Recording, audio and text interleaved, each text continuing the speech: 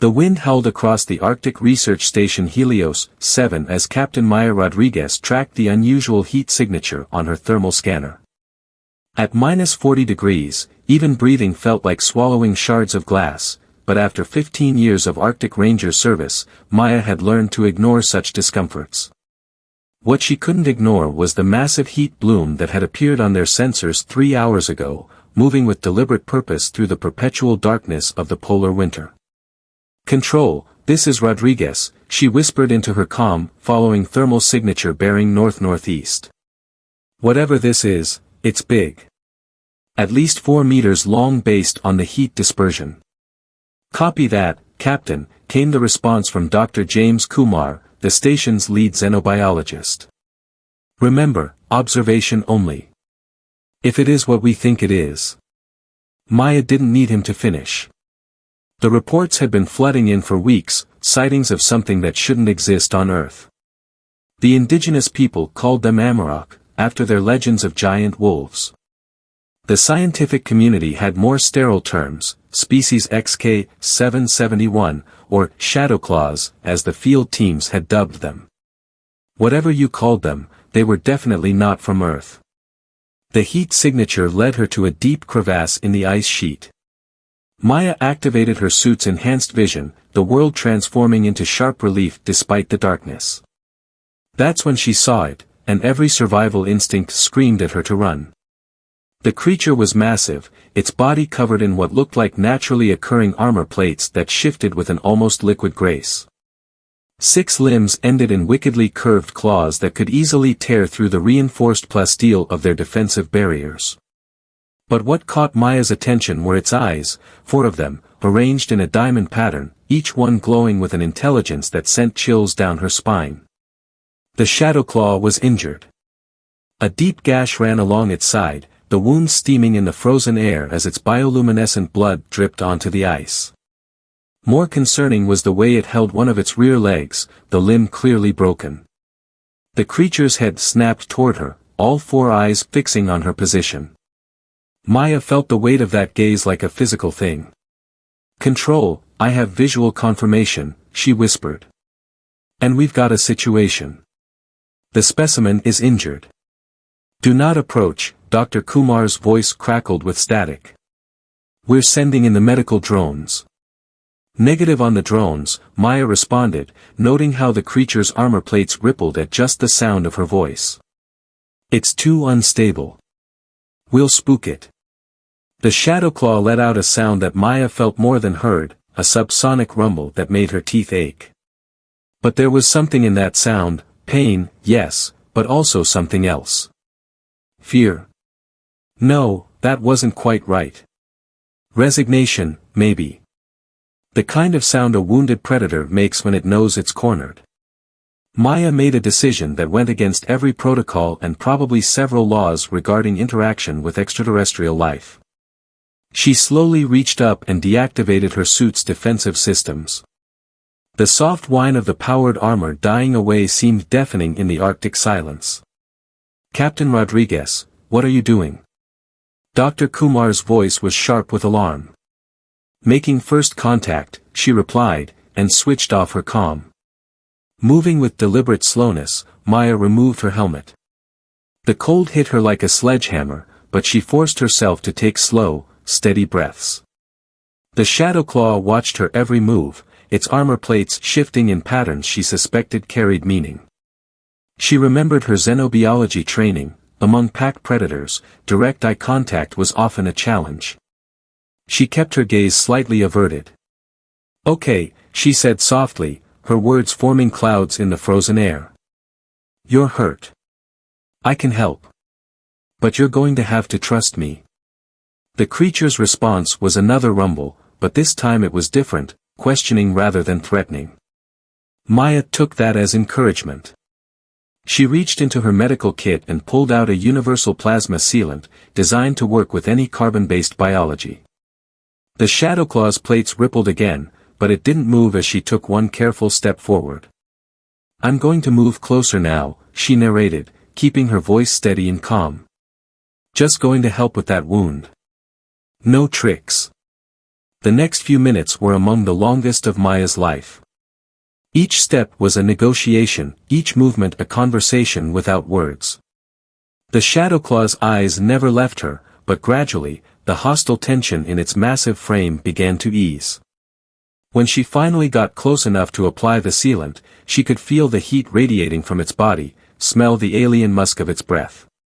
The wound sealed with a soft hiss, the bleeding stopped. The broken leg would be a bigger problem, but this was a start. As Maya stepped back, the Shadowclaw did something unexpected. It lowered its head slightly, almost like a nod. Then it made a sound she hadn't heard before, a series of clicking purrs that somehow conveyed gratitude. Maya found herself smiling despite the cold. "You're welcome," she said. "Though I have a feeling this is just the beginning." She had no idea how right she was. As the aurora borealis danced overhead, casting ethereal light across the ice, Maya Rodriguez stood in the presence of something that would change humanity's understanding of the universe. But more than that, she had just taken the first step in forming a bond that would eventually save both their species, though neither of them knew it yet. Looking up at the stars barely visible through the aurora, Maya couldn't help but wonder what other secrets were waiting out there in the darkness between the stars. The Shadowclaw followed her gaze, and for a moment, they stood together, predator and human, both sensing that this was the beginning of something unprecedented. The creature's subsonic rumble changed pitch, becoming almost musical. Maya didn't understand the sound, but she understood its meaning. This wasn't just first contact, this was first trust. Dawn never truly came during the Arctic winter, but the faint lightning of the perpetual darkness told Maya that 24 hours had passed since her first encounter with the Shadowclaw. She'd spent the night camped at the edge of the crevasse, ignoring increasingly urgent demands from Control to return to base. The creature hadn't moved, its massive form a darker shadow against the ice, but its 4 eyes remained alert, tracking her every movement. "The board is demanding answers, Captain Rodriguez," Dr. Kumar's voice crackled through her restored calm. "The Chinese and Russian research stations have detected similar specimens. They're mobilizing containment teams." Maya watched as the Shadowclaw's armor plates shifted in response to her conversation, the patterns now becoming familiar enough that she could read anxiety in their movement. "Tell them to stand down," she replied. "These creatures aren't hostile unless threatened. And right now, we're the ones on their territory." A new voice cut through the calm, Colonel Richards, the military liaison. "That's not your call to make, Captain. We have 3 different governments claiming jurisdiction over first contact protocols. A joint tactical team is en route to your position." The Shadowclaw's head snapped up, its sensory nodes detecting something Maya couldn't yet perceive. The creature's armor plates began to pulse with bioluminescent patterns she hadn't seen before, warning signals. Moments later, she heard it too, the distant thrum of approaching helicopters. "Sir, with all due respect, you're about to trigger an interspecies incident," Maya said, already moving to position herself between the approaching aircraft and the injured alien. "This specimen is wounded. If you corner it, then we'll have a contained subject for study," Richards interrupted. "Stand down, Captain. That's an order." Maya looked at the Shadowclaw, seeing the intelligence in those 4 eyes. The creature had trusted her, had allowed her to treat its wound. She thought about the implications of that trust, not just for her, but for all of humanity. First contact shouldn't be marked by violence and fear. She made her decision. "I'm going to have to refuse that order, sir." Maya switched off her calm and turned to the Shadowclaw. "We need to move. Can you walk?" The creature responded by struggling to its feet, its broken leg barely touching the ground. Maya approached slowly, holding out her hand. The Shadowclaw regarded it for a moment, then pressed its armored head against her palm.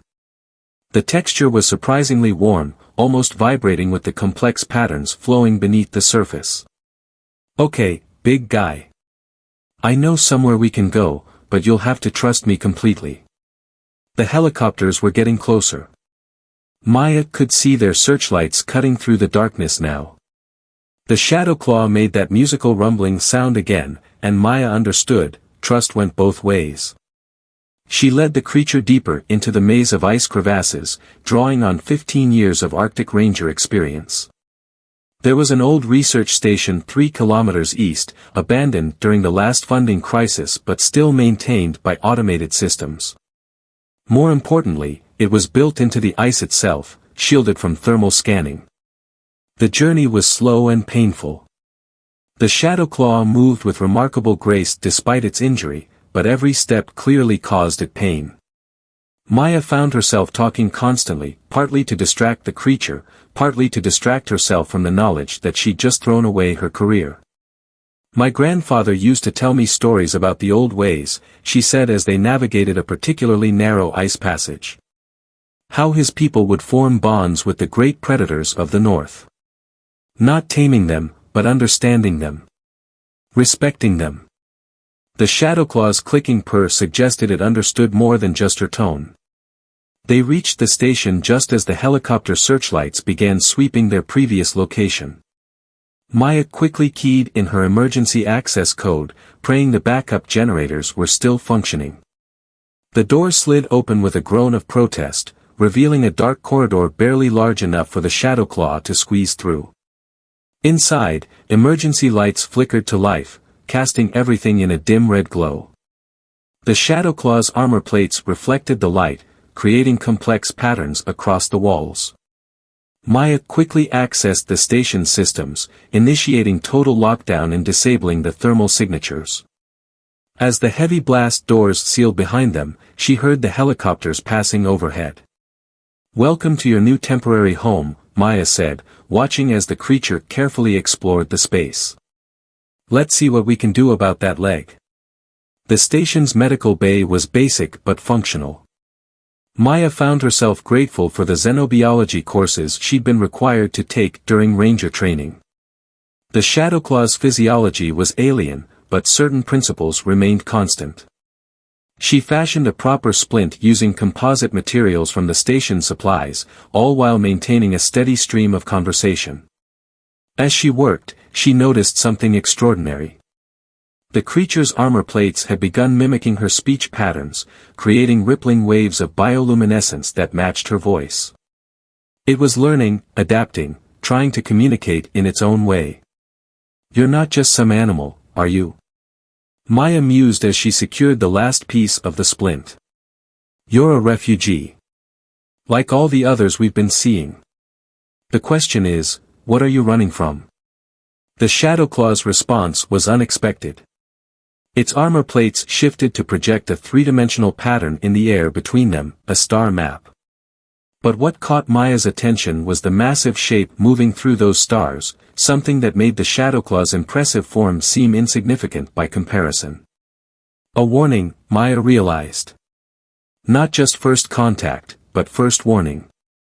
As if to confirm her thoughts, distant alarms began to sound from the direction of the main research station. Maya's comm crackled to life with automatic emergency broadcasts. Through the station's thin walls, she could hear a deep rumbling that had nothing to do with her alien companion. Something else had just arrived on Earth.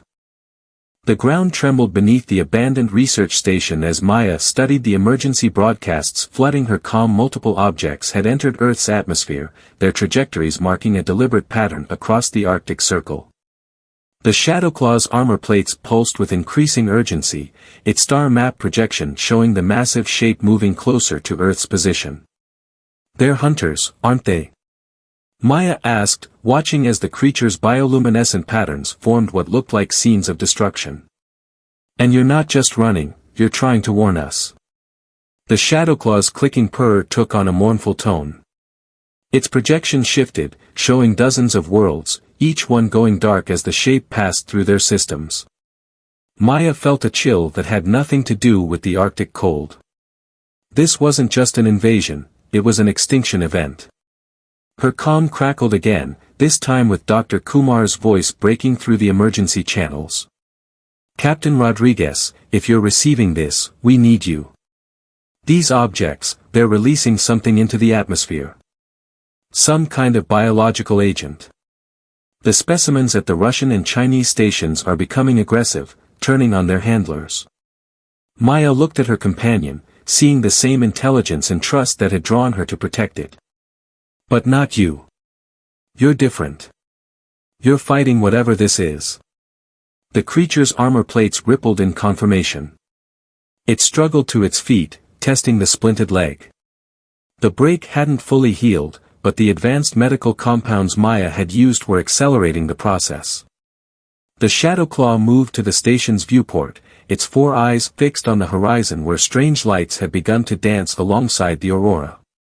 A new transmission cut through the chaos, Colonel Richards's voice tight with controlled fear. All personnel, be advised. We have confirmation of hostile entities emerging from the impact sites. They're hunting the specimens. Systematically eliminating them. These aren't just ships, they're carrying some kind of biomechanical predators. Maya accessed the station's external cameras, bringing up feeds from across the region. What she saw made her blood run cold. Massive shapes moved through the darkness, their forms a twisted merger of organic and mechanical components. They appeared to be tracking something, moving with terrible purpose across the frozen landscape. They're hunting your people, Maya said softly. The Shadowclaw's response was a low, dangerous growl. Its armor plates had shifted to a deep, pulsing red, a color she hadn't seen before. War colors, she realized. The station's proximity alerts suddenly blared to life. One of the hunter machines had picked up their trail. Maya could hear its heavy footsteps approaching, each impact making the station's foundations shudder. The Shadowclaw moved to position itself between Maya and the outer door, but she placed a hand on its armored flank. No, she said firmly. We do this together. You've been running and fighting alone for too long. That ends now. The creature regarded her with all 4 eyes, then made a sound she hadn't heard before, almost like a bark of approval. Its armor plates shifted, revealing previously hidden segments that could interlock with something. Maya looked at her own powered armor suit, and understanding dawned. They made you compatible with other species' technology, didn't they? So you could work together, fight together. The Shadowclaw's clicking purr confirmed her theory. Working quickly, Maya modified her suit's neural interface, allowing it to sync with the alien's biological systems. As she connected the final circuits, she felt a sudden rush of sensation, not quite communication, but awareness. She could feel the Shadowclaw's presence at the edge of her consciousness, its thoughts and instincts merging with her own. The hunter machine breached the station's outer door just as the neural link stabilized. It was a horror of twisted metal and organic components, its form suggesting it had been designed specifically to counter the Shadowclaw's natural defenses. But its creators hadn't counted on one thing: human ingenuity combined with alien strength. Moving as one, Maya and the Shadowclaw engaged their enemy. The neural link allowed them to coordinate perfectly, each compensating for the other's weaknesses. Maya's tactical training complemented the creature's raw power and instincts. When the hunter machine tried to deploy its biological weapons, Maya's armor systems provided shielding. When it attempted to analyze their attack patterns, the Shadowclaw's unpredictable alien movements confused its targeting systems. The battle transformed the abandoned station into a war zone, but the hybrid partnership proved devastatingly effective. The hunter machine, for all its terrible power, couldn't adapt to facing 2 species fighting as one. When the end came, it was almost anticlimactic, Maya's plasma cutter finding a weak point that the Shadowclaw's claws had exposed. As the machine crashed to the ground, its systems failing, Maya felt triumph surge through the neural link from her alien partner. But there was something else too: purpose. The Shadowclaw's armor plates projected the star map again, but this time it was different. It showed a path, a way to strike back at the heart of the invasion. You know where they're coming from, Maya said, the realization flowing through their shared consciousness. And you know how to stop them. The creature's confirmation came not in sounds or lights, but in pure determination flowing through their link. Maya nodded, making a decision that would change the course of two species. Then let's go hunting. Through their neural link, Maya felt the Shadowclaw's memories unfold like a cosmic tapestry. She saw vast cities among the stars, civilizations built by beings who had evolved to bridge the gap between organic and technological existence. The Shadowclaws had been their greatest achievement, adaptable guardians created to protect and connect with other species. But their creators had disappeared, leaving their guardians to watch over the galaxy alone. That's why you can interface with our technology, Maya said as they made their way through the Arctic night. You were designed for it. The creature's confirmation flowed through their link, along with something deeper, a profound loneliness that came from centuries of solitary vigilance. They moved as one through the darkness, Maya's enhanced armor systems working in perfect sync with the Shadowclaw's natural abilities. The neural link had grown stronger, allowing them to share not just thoughts and sensations, but skills. Maya found herself moving with the creature's fluid grace, while the Shadowclaw used her tactical knowledge to analyze their surroundings. Through the link, the Shadowclaw shared more of its history. The hunters had appeared without warning, targeting worlds with advanced civilizations. They weren't just destroying, they were harvesting, collecting genetic material and technology to enhance their biomechanical armies. The Shadowclaws had fought them across countless systems, but they were losing. Earth wasn't just another target, it was one of the last lines of defense. Their journey was interrupted by an emergency transmission cutting through all frequencies. This is Dr. Kumar. The biological agent released by the hunters, it's not just affecting the specimens. It's changing them, corrupting their core programming. The infected Shadowclaws are turning on each other, becoming more aggressive.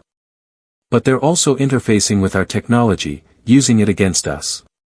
We've lost contact with the Russian station entirely. Maya felt her companion's surge of grief and rage. The hunters weren't just killing Shadowclaws, they were perverting their very purpose, turning guardians into weapons.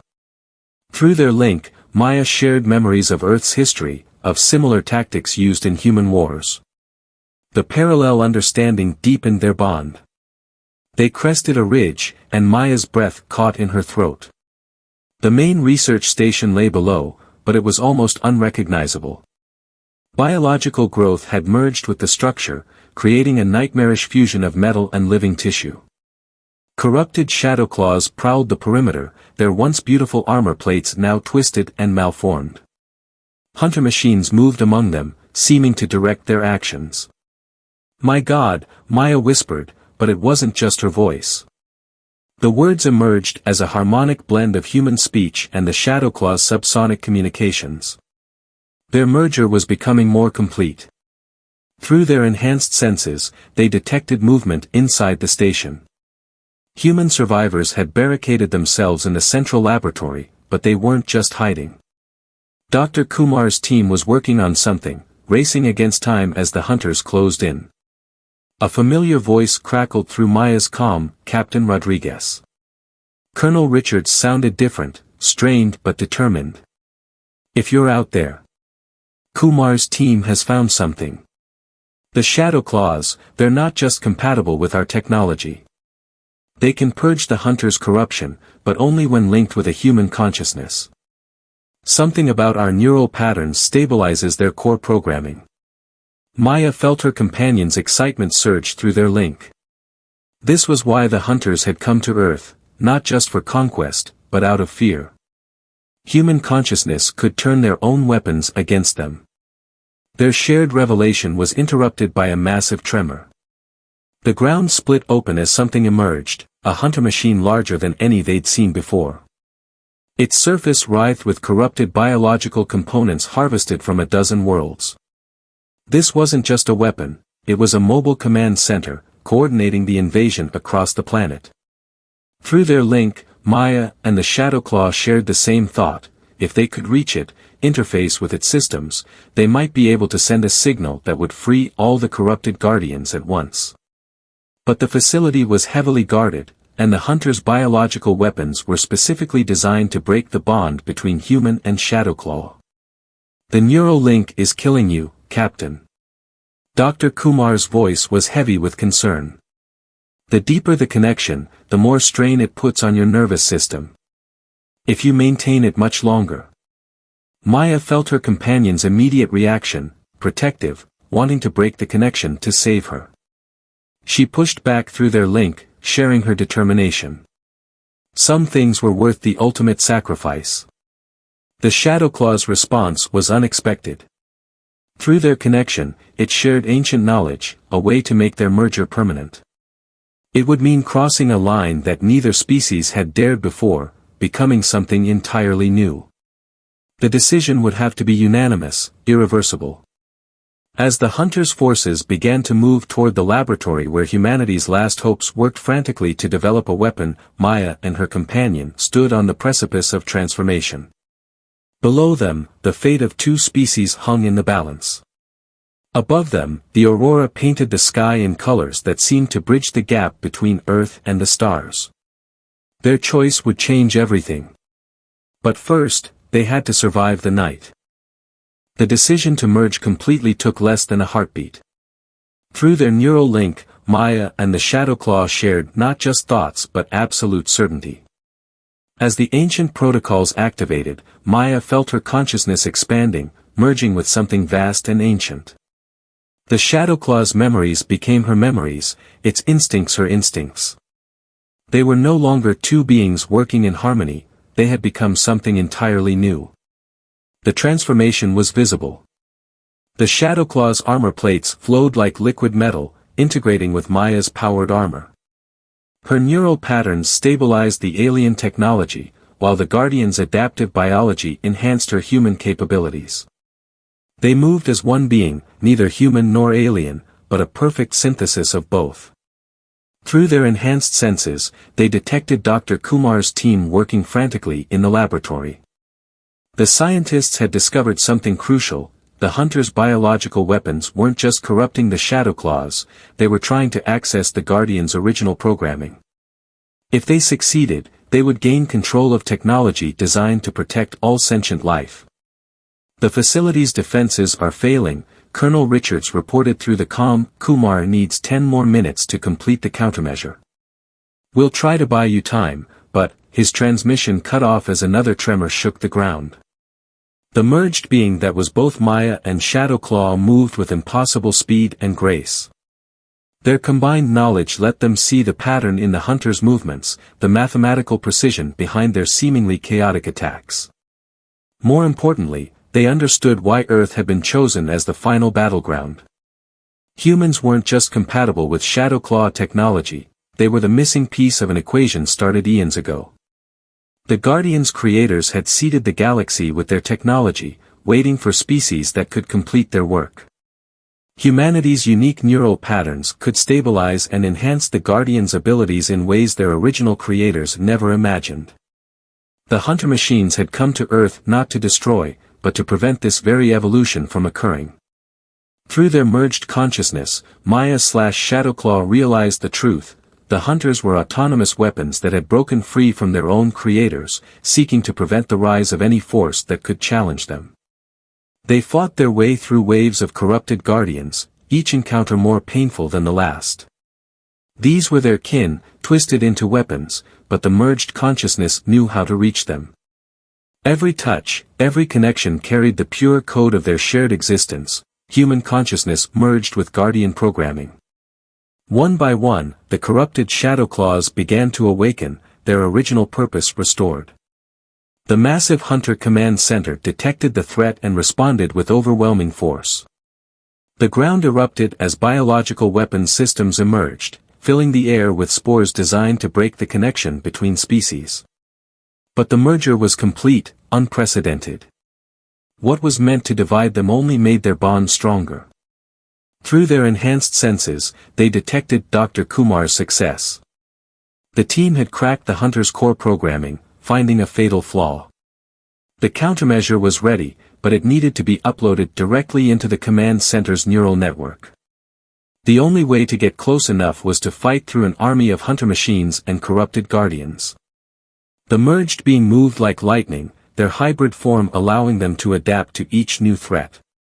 When the hunters deployed energy weapons, the Shadowclaw's armor absorbed and redirected the power.